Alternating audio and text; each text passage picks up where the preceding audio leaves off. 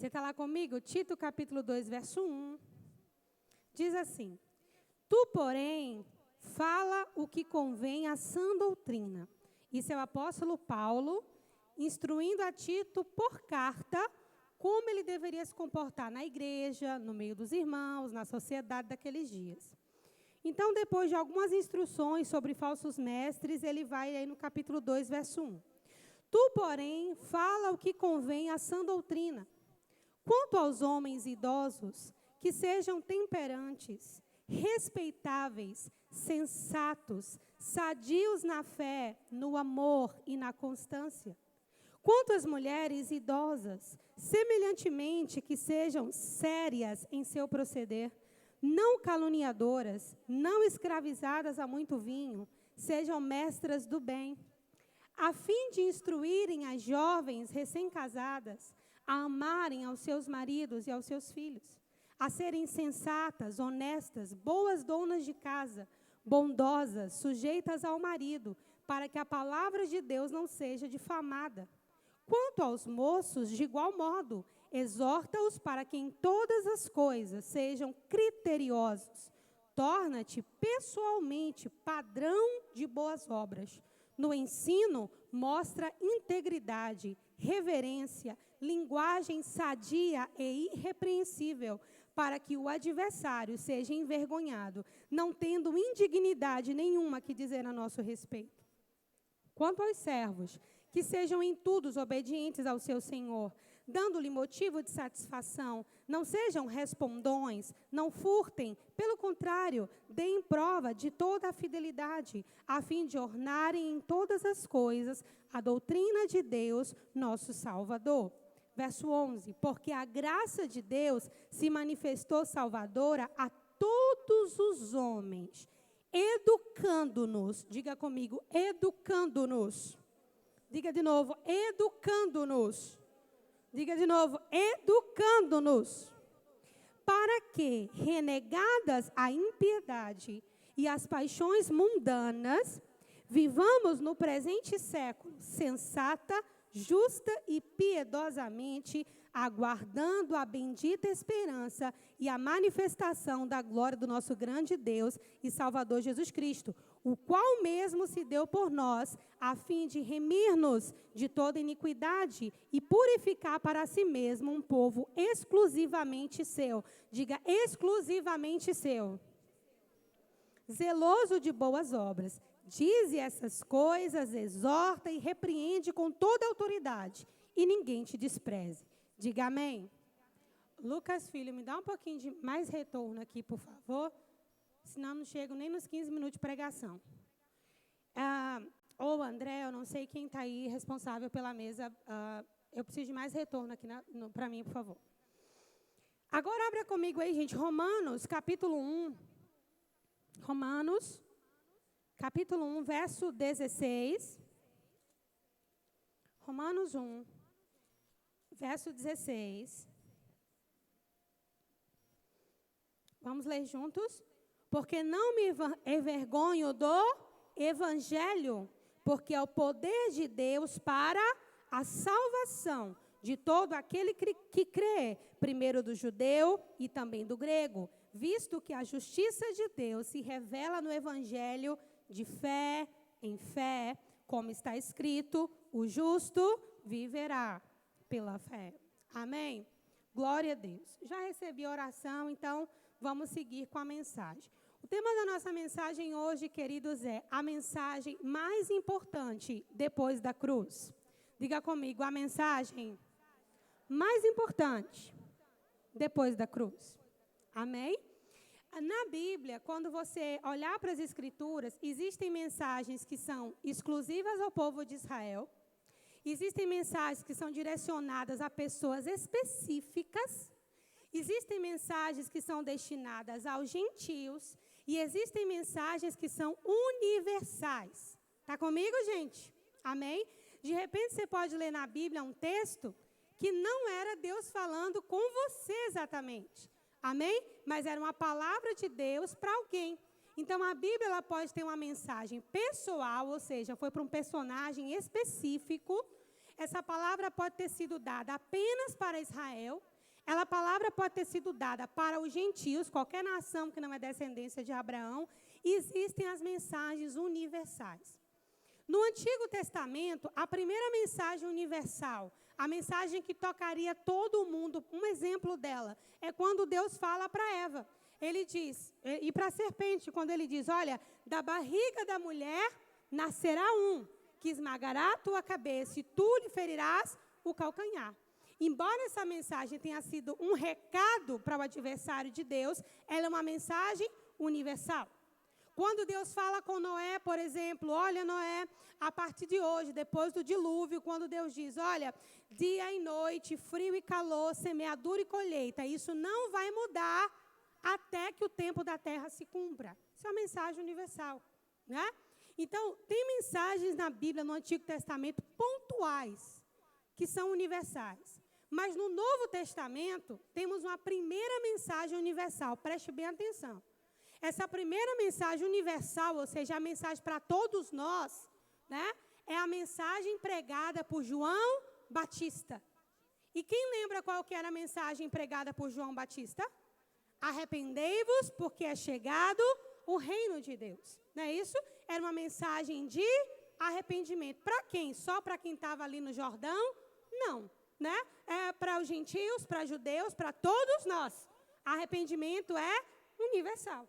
Depois dessa mensagem pregada por João, que é a mensagem do arrependimento, nós temos a mensagem do evangelho. O que significa evangelho? Boas novas, boas notícias. E no que consiste essas boas notícias? Que Deus, João capítulo 3, verso 16, quem pode citar?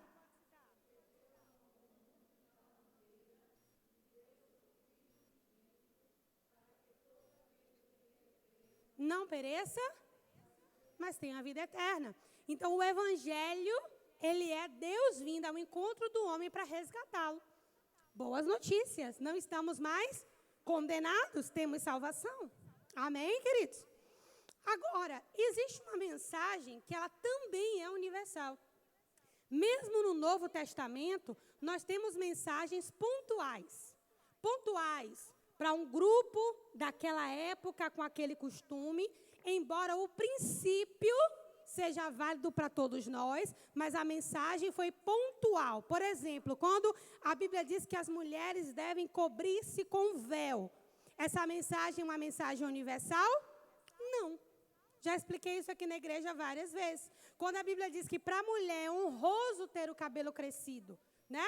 Agora eu lhe digo, naquele contexto, era uma questão de honra uma mulher com o cabelo crescido. As mulheres honradas tinham os cabelos compridos. As mulheres que não tinham honra, ou tinham o cabelo muito curto, ou tinham o cabelo raspado.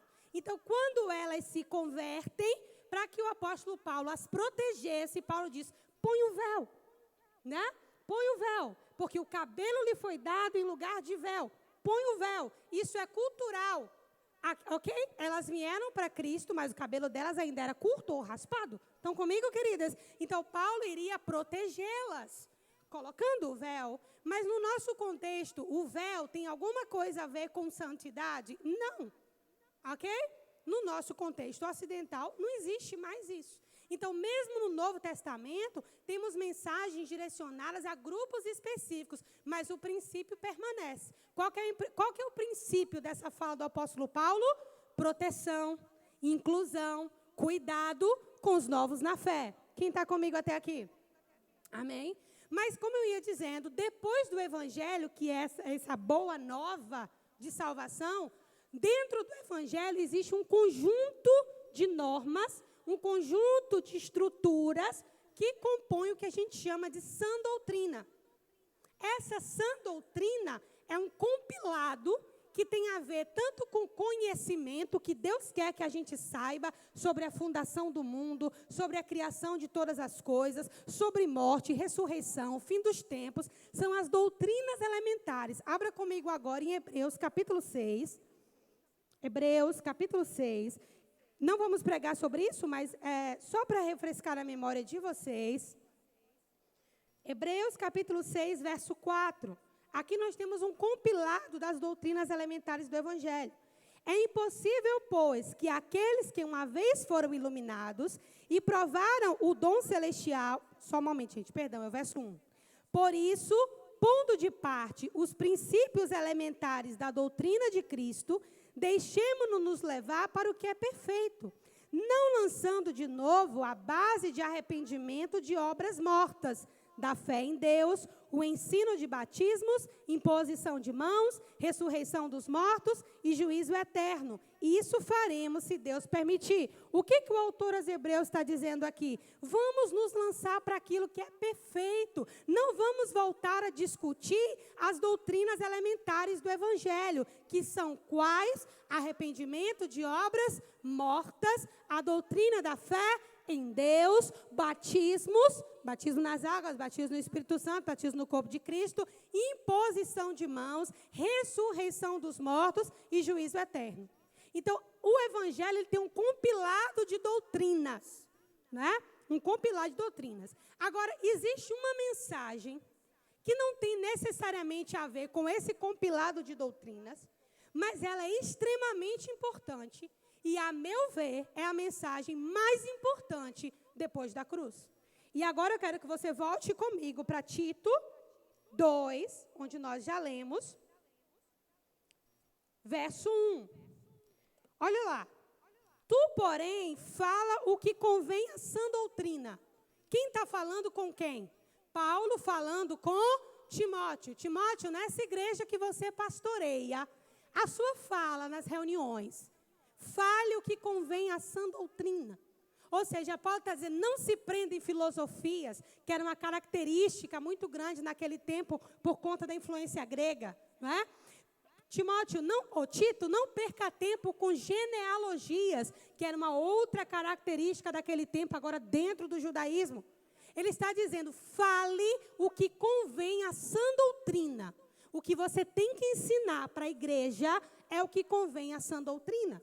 Aí agora ele vai entrar na mensagem que eu quero falar para vocês, que eu digo que é a segunda maior mensagem depois da cruz.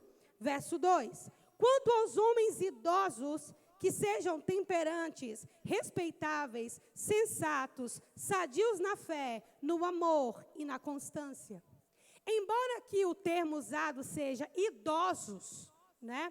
A palavra necessariamente não se aplica para homens acima de 65 anos, 70 anos, 80 anos.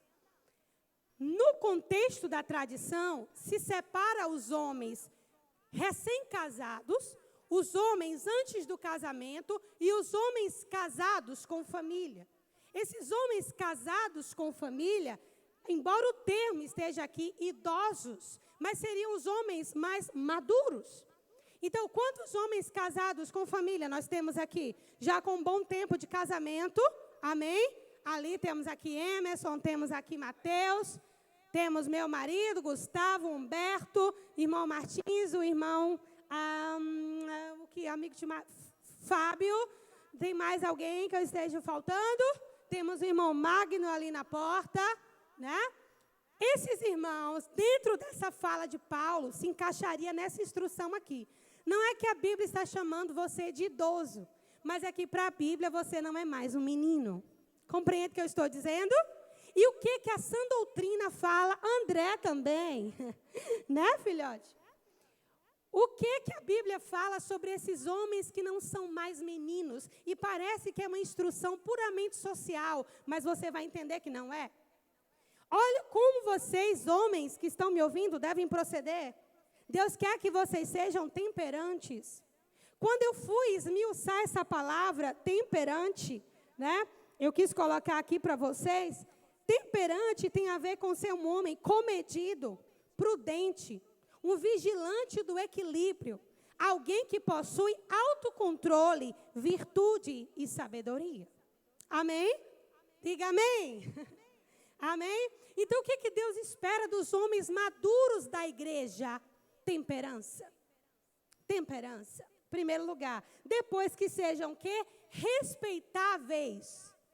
Respeitáveis. Observe que ele não está dizendo que respeitem os outros.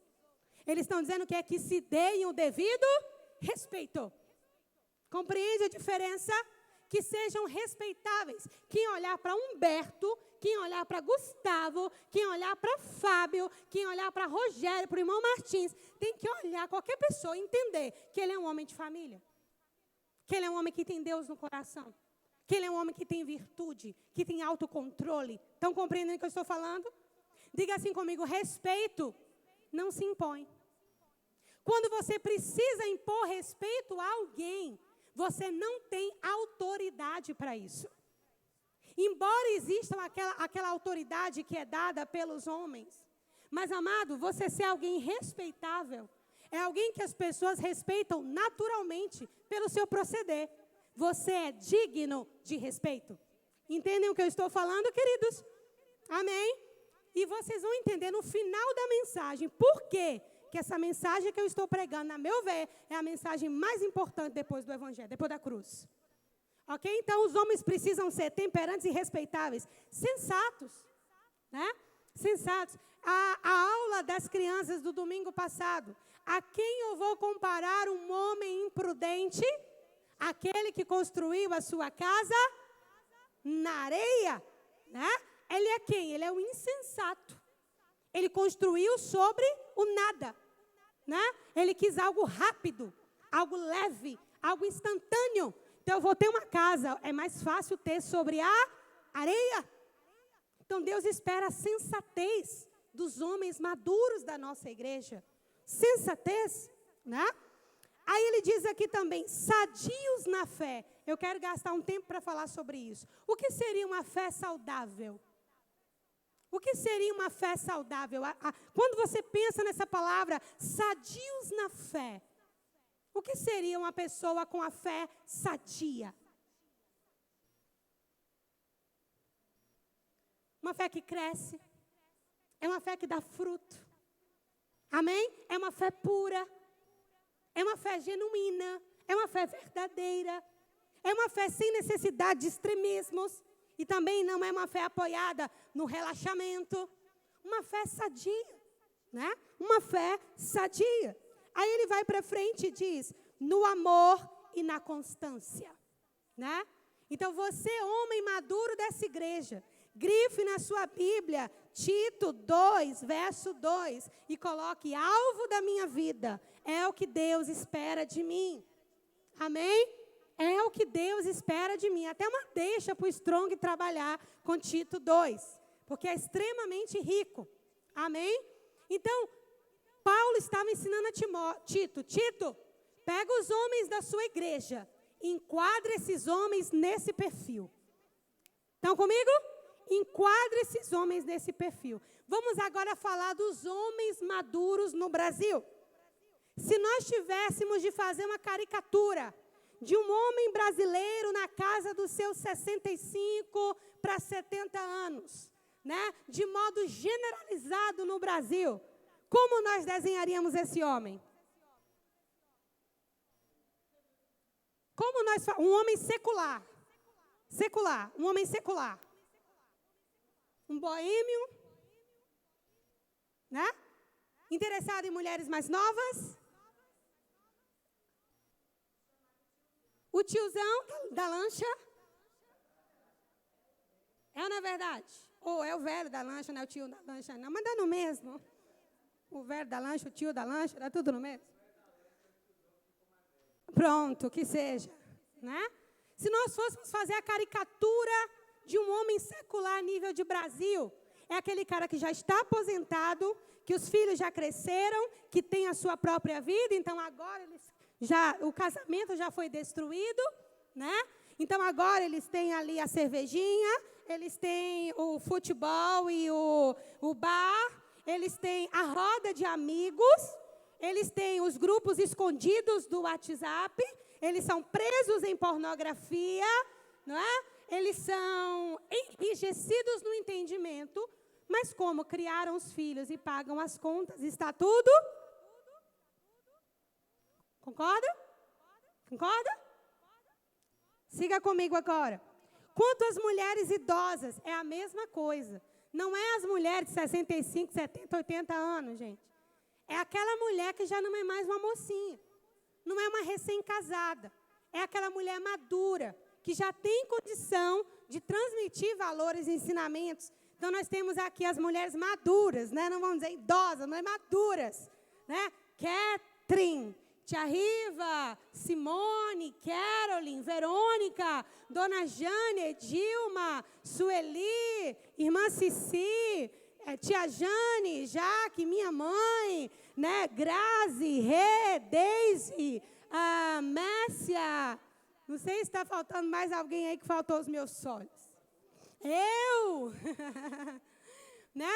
Não seriam as mulheres exatamente idosas, mas aquelas mulheres que não são mais uma menininha? Será que Deus espera alguma coisa do nosso procedimento, queridas? Vamos olhar para as Escrituras? Que sejam sérias em seu proceder. Diga comigo, sérias no proceder. Uma mulher de Deus não é uma múmia, mas o mesmo texto, a mesma palavra aplicada aos homens para respeitáveis, seria esse mesmo sérias no proceder. É uma mulher que se dá o devido respeito. Amém? E que as pessoas a respeitam pelo seu procedimento. E o procedimento da mulher, tal qual o procedimento do homem, é observado em várias esferas. Da maneira que você se veste, da maneira que você conversa, da maneira que você se relaciona com as pessoas, sérias no seu proceder. Algumas dessas mulheres para quem Tito está falando, são essas mulheres da cabeça raspada que haviam se convertido. Mas Deus ainda assim espera um sério proceder. Está comigo? Não, mulher não tem amigo de WhatsApp, nem Instagram. O mesmo vale para os homens. Seriedade no proceder. Está comigo? Você não tem que andar suspeitando da sua sombra. Mas você precisa confiar no seu próprio procedimento e respeito. Está comigo? Amém. Então, mulheres sérias no seu proceder, não caluniadoras. Quando eu falo caluniadoras, fica um termo muito pesado, mas eu vou trazer aqui para o nosso brasileirês. Tenha a língua comedida. Porque a Bíblia diz, querido, que na multidão de palavras há transgressão. Seja um homem ou uma mulher que fala demais, vai transgredir. Como maçãs de ouro em salvas de prata. Salomão escreveu, assim a palavra dita no seu tempo. Está comigo? Não caluniadoras. Você não tem que dar, querida, sua opinião sobre toda a torcida do Flamengo. Você não tem que dar opinião sobre a sua família, a tios, avós, e não tem que dar. A opinião se dá a quem se pede. Amém? Não pediu, não fala. Amém? Não fala. Né? Já diz o mundo que se conselho fosse como é, não se dava, vendia. Né? Porque os bons conselhos, eles não são simplesmente dados aleatoriamente. É alguém que busca, que pede, numa genuína fonte. Então, mulheres de um sério proceder, não caluniadoras, não anda falando da vida de ninguém, nem da sua própria vida. Está comigo, irmãs? Vamos seguir aqui. Não escravizadas a muito vinho, ou seja, não vive jogada, arriada, bebendo. Sejam mestras do bem. Sejam mestras do bem. Olha que coisa linda. Sejam mestras do bem. Tudo aquilo que tiver a ver com bondade, com o bem, com misericórdia, com ajudar, com ter compaixão. Mulher, Deus espera que você seja mestra do bem. Está comigo, querida? Mestra do bem. Não é uma mulher amargurada, ferida, que vive expondo suas mazelas. Mestras do bem, sabe ensinar aquilo que é bom. Por que elas precisam fazer isso? A fim de instruírem as jovens recém-casadas a amarem os seus maridos e aos seus filhos, a serem sensatas e honestas, boas donas de casa, bondosas, sujeitas ao marido, para que a palavra de Deus não seja difamada. Pastora, isso está na Bíblia? Está. Amém? Está na Bíblia. Né? Sérias em seu proceder, boas donas de casa, não caluniadoras, submissas aos seus próprios maridos, que amem os seus maridos e aos seus filhos, a fim de que a palavra de Deus não seja difamada. A mulher madura, ela precisa ser assim, não só por ela, mas porque Deus conta com ela para ser uma transmissora de valores. Você está comigo, querida? Você está comigo? Deus conta com a gente para ser uma transmissora de valores. Agora você imagine, vamos agora falar das mulheres maduras seculares brasileiras. Quem são elas? Divorciadas. O que elas fazem todo dia de madrugada? Estão na academia. Nada contra a academia, tá, irmãs? Eu estou criando um estereótipo, tá? O que elas têm? Uma boca assim. Um cílio assim. E todas têm o mesmo rosto. Tem que ter também um cabelo com alguma coisa diferente. Ou liso demais, ou revoltado demais. Depende da bandeira que ela se encaixa. Ou lá nos mundos, né? Ou assim, né? Porque ela não entende, mas ela está se vinculando a uma ideia. A uma ideia. Né? Então, a mulher de hoje, então, o que ela faz? Ela trabalha para cuidar dos filhos. Né? Então, ela trabalha de dia e de noite, tem que cuidar das crianças. Então, uma mulher esgotada. Então, se é para ser esgotada, é melhor não ter filhos. Está comigo? Amém, gente? Amém ou não amém? É assim. Meu marido é o meu emprego. Meu marido é o meu dinheiro. É assim ou não é verdade? Está comigo? Agora você imagine se a igreja segue esse mesmo modelo. Estão comigo, queridas? Amém ou não amém? É isso que a Bíblia diz.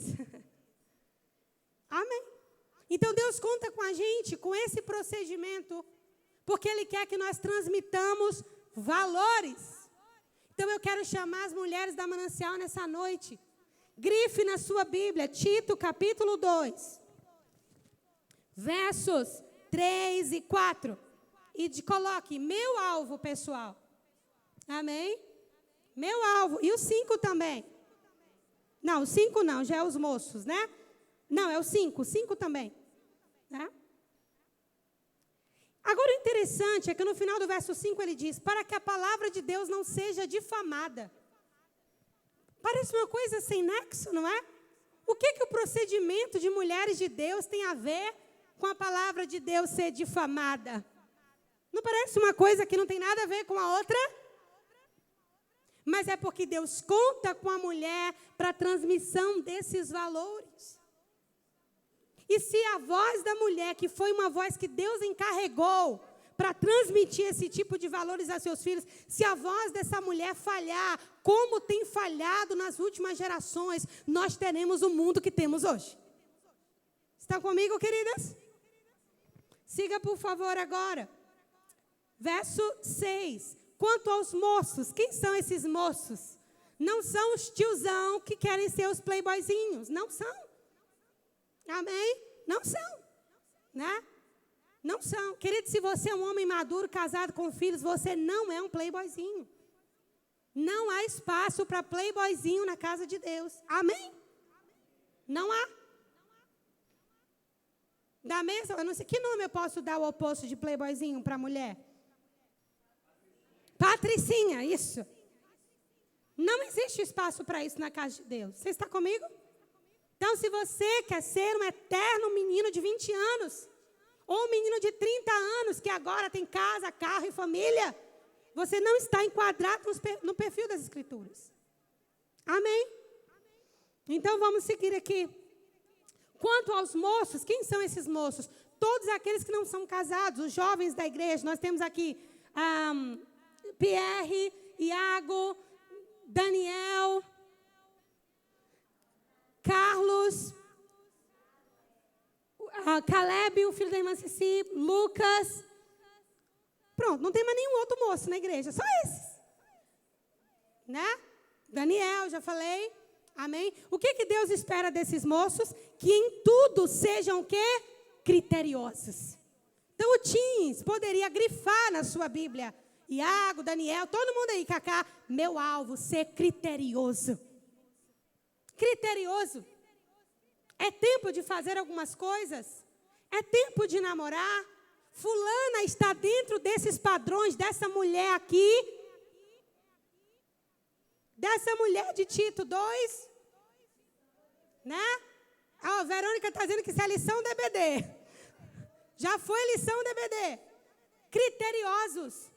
Né? Esse é o tempo de fazer esse curso. Esses são os amigos com os quais eu devo andar. Esse tipo de conversa me convém, me cabe. Esse ambiente aqui tem a ver comigo. Jovens criteriosos. Estão comigo? Não são levados por qualquer coisa. Amém? Criteriosos. Então, os jovens da Manancial. Estou falando agora com os meninos. Vocês terão casamentos santos. Não se sentarão em qualquer rodinha. Teremos o prazer de fazer o casamento de vocês, Jesus não voltar. Apresentar os filhos de vocês na casa do Senhor. Serão empresários, professores, médicos. Servirão na casa de Deus. Amém. E nós não vamos pegar vocês na boca do leão, como já pegamos alguns pais. Porque com vocês tem a oportunidade de ouvir o que os seus pais não ouviram na idade que vocês têm hoje. Amém. A pastora ama. Seguindo o fluxo. Né? Então, criteriosa. Aí você pode dizer, pastora, e as moças? Se adequam aonde as bichinhas? Se adequam no mesmo caso dos moços, porque jovem é uma palavra que vai para o feminino e masculino. Amém? Tanto pode ser os jovens quanto as jovens. Mas vocês têm uma coisa a mais. Vocês precisam observar. Cadê as meninas dessa igreja? Estou vendo aqui Yasmin, Letícia, Samara, Sarinha, Ana Luísa, Gabi, Sofia. O que vocês precisam observar? Presta atenção aqui. Sâmia, vocês precisam observar uma família, presta atenção, uma família funcional e a mulher dessa família. Olhe para o procedimento das mulheres dessa igreja. Observe. Observe. Pastora, mas se o procedimento não se encaixar com Tito 2? Faz o contrário. Estou brincando, gente. O que eu estou dizendo é, vocês já têm um referencial. Então, mesmo que a sua família não se enquadre em Tito 2, você já sabe o que Deus espera de você. Não é porque os seus pais falharam ou estão aprendendo que você tem que falhar do mesmo jeito. Está comigo? Vocês já têm que ser criteriosas. Serão boas donas de casa. Terão filhos, igual a tia pastora, 3 ou 4. Amém? Se Jesus não voltar, 3 ou 4. Amém? Serão boas donas de casa, submissas aos seus maridos, que serão santos e abençoados. Inclusive, depois do culto, já estaremos fazendo ali os casamentos por contrato. Estou brincando. Estou brincando, gente, estou brincando. O que eu quero dizer é, para as meninas daqui da igreja, sejam criteriosas, queridas. Porque vocês escolherão amanhã alguém que não está recebendo os mesmos fundamentos que vocês? Amém? Glória a Deus. Então, observem esse procedimento. Agora, as idosas, as maduras, vocês percebem a importância do nosso procedimento? Quantos percebem? A importância do nosso procedimento está além de nós. Está além de nós. Não é apenas sobre nós, está além de nós. Amém? Vamos seguindo aqui. Então, agora vamos falar com os ministros da palavra. Quantos ministros da palavra nós temos aqui? Líderes na igreja, presbíteros, pastores, diáconos, levante a mão e segure. Amém? Temos aqui Mateus, Catherine, Verônica, Emerson, Lucas lá atrás, Edilma, Sueli, irmão Martins assim. Irmão Martins. minha mãe, Humberto, Márcio, Gustavo, o outro Mateus, André e Igor, e alguns que estão faltando. Eu, os ministros da palavra, o que Deus espera de nós. Vamos ver, queridos? Torna-te pessoalmente padrão.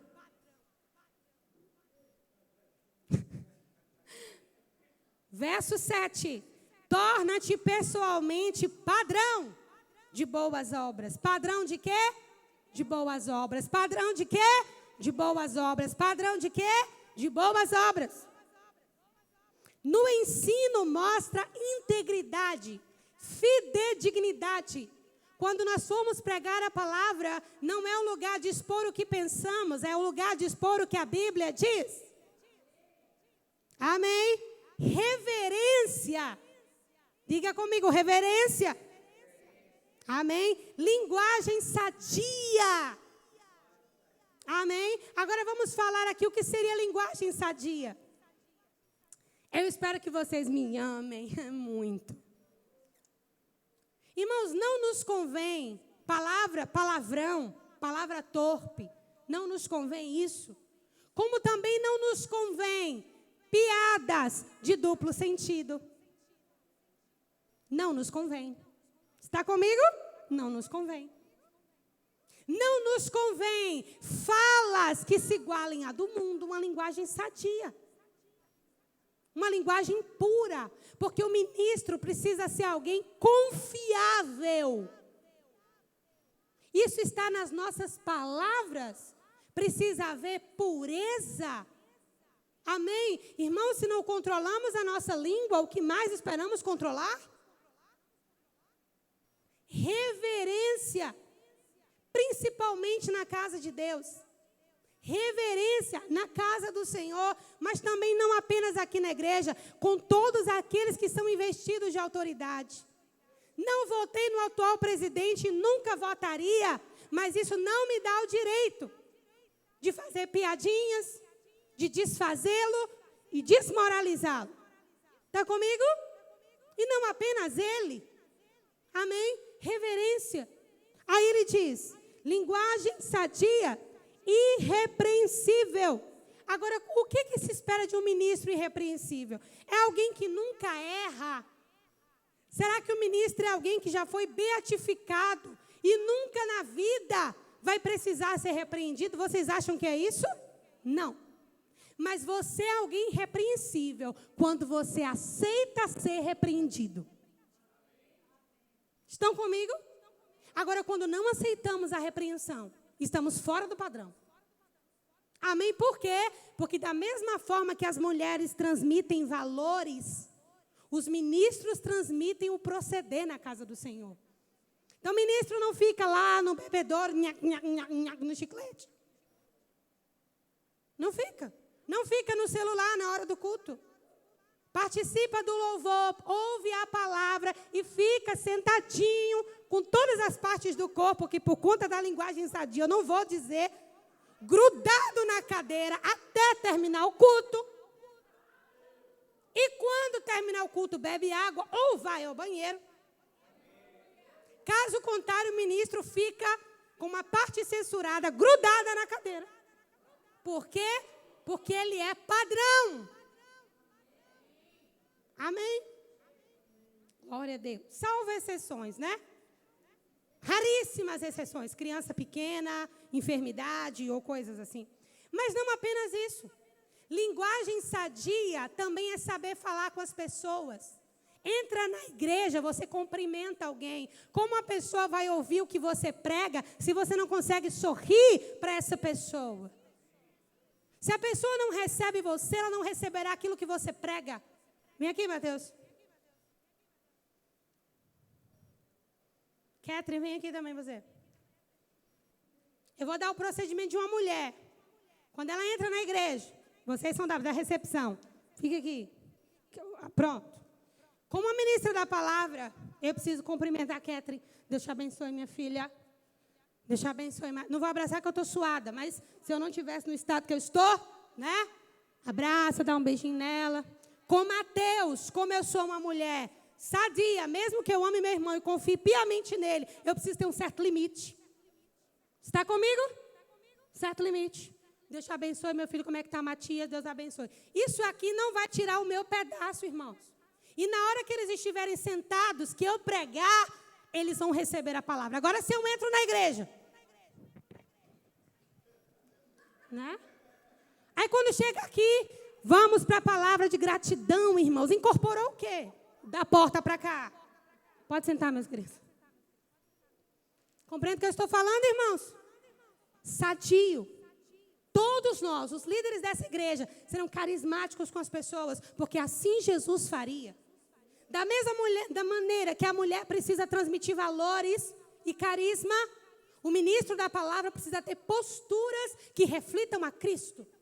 Estão comigo? Inclusive, tratar bem as pessoas, olhar no olho de alguém. Tem um papelzinho no chão, a minha mão não vai cair se eu for lá e tirar e colocar no lixo. Né? Glória a Deus. Mas voltando aqui. Linguagem sadia e irrepreensível, para que o adversário seja envergonhado. Olha que bênção. Para que o adversário seja o quê? Envergonhado, não tendo indignidade nenhuma que dizer a vosso respeito. Mas as coisas param na igreja? Não, se estendem aos nossos trabalhos. Quanto aos servos, que sejam em tudo obedientes ao seu Senhor. Obedientes ao seu Senhor. Obedientes ao seu Senhor. Dando-lhe motivo de satisfação. Querido, se você não pode ser fiel ao seu patrão ou servi-lo de coração, mesmo que você tenha suas reservas, é melhor você sair de onde você está. Seu trabalho não será abençoado. Amém? Não será abençoado. Se você tem reservas no seu coração, perdoe, mas sempre dê o seu melhor. Deus espera algo dos servos também. Amém?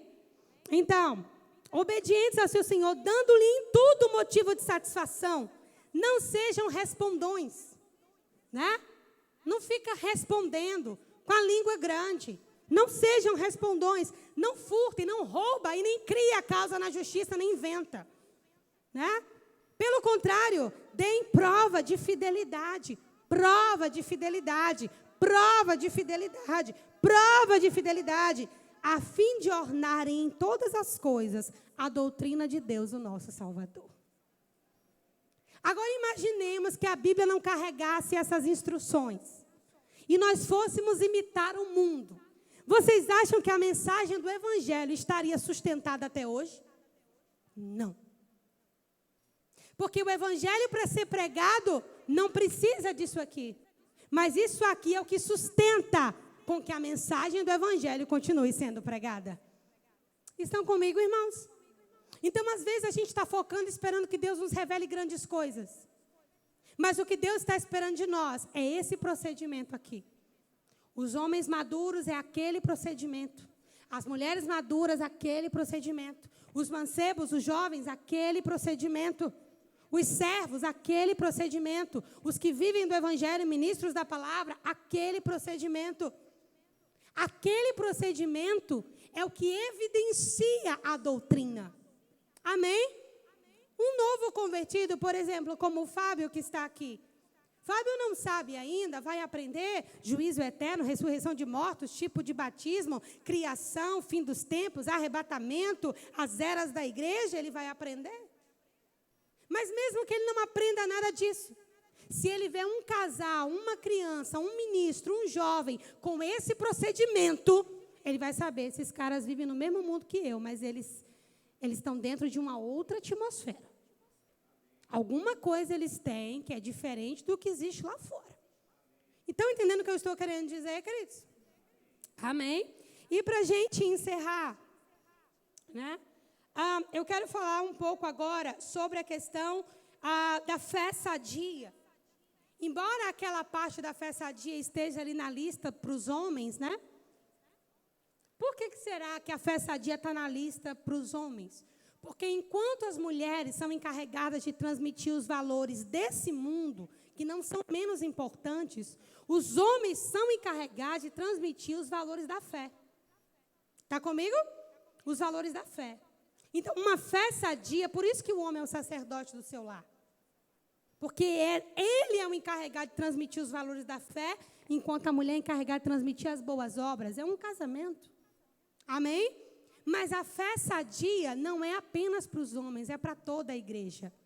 Então, por que eu trouxe essa mensagem nessa noite? Para que a nossa fé seja sadia. Está comigo? Para curar a nossa fé. A Bíblia diz, queridos, que aquele que não cuida dos seus, principalmente dos da sua casa, é pior que o infiel e negou a fé. Por que a submissão da mulher ao marido na Bíblia é citada várias vezes? É citada por Paulo, é citada por Pedro, é citada por Tito, é citada por Timóteo. Por que ela é citada tanto? Agora Pedro ainda faz um adendo e Paulo também. Porque o marido deve amar a sua esposa como Cristo amou a igreja. Esse é o princípio da autoridade legítima. Qualquer mulher vai ter facilidade de submeter-se a um marido que a ame como Cristo ama a igreja. Qualquer marido terá um casamento que será um céu na terra se ele amar e compreender a sua esposa. Os filhos, naturalmente, não entrarão em rebelião, porque eles verão um ambiente estável no lar. A família não é um lugar de competição, não é. Estão comigo, irmãos? Não é. A mensagem mais importante depois da cruz é a mensagem da família. Se não fosse tão importante, o diabo não estaria combatendo tanto ela. Amém? O diabo só está combatendo porque sabe que a família é o ventre onde Deus transmite valores, estrutura emocional, espiritual, psicológica. Satanás não mata a próxima geração quando ela nascer. Mata poluindo os pais. Eu finalizo com a frase de um rabino. Ele disse que um casalzinho chegou com seu bebezinho e disse: mestre, eu vim aqui apresentar o nosso bebê, vamos orar, apresentar o nosso bebê a Deus. E aí o rabino disse: por que vocês querem fazer isso? Não, porque está na lei de Moisés. Precisamos fazer isso. Aí ele perguntou novamente: mas e por que vocês querem fazer isso? Não, para que ele tenha um bom futuro, para que ele ande na lei de Deus, para que ele seja um homem íntegro, justo. E aí o rabino interrompeu e disse assim: se vocês quisessem que ele fosse um homem íntegro, justo, abençoado, vocês não confiariam isso à apresentação dessa criança, mas à união de vocês. É a união de vocês que é a responsável por fazer esse bebezinho ser tudo o que vocês estão desejando, não o contrário. É longa a história, mas ele começa a questionar: você honrou seus pais? Aí eles dizem que não. Em muitos momentos não. E você perdoou os seus pais? Pediu perdão? Pediu perdão aos seus pais? Não. Você tem honra pelos seus pais? Tenho. E muita da fala daquele casal de jovens era o oposto do que ele esperava dos seus filhos. E sabiamente aquele rabino diz: não importa o quanto vocês o consagrem a Deus, ele já está fadado a um futuro muito difícil e a encontrar a Deus pelas próprias lentes dele, pela dor, ou porque alguém vai levá-lo a Deus, ou por qualquer outro motivo. Por quê? Porque leis espirituais foram quebradas e aquele casal achava que o simples fato de apresentá-los a Deus resolveria tudo, mas não estavam dispostos a consertar as coisas. Se o judaísmo vê assim, você imagine o que Deus espera de nós que estamos na graça. Amém, queridos? Se coloque de pé.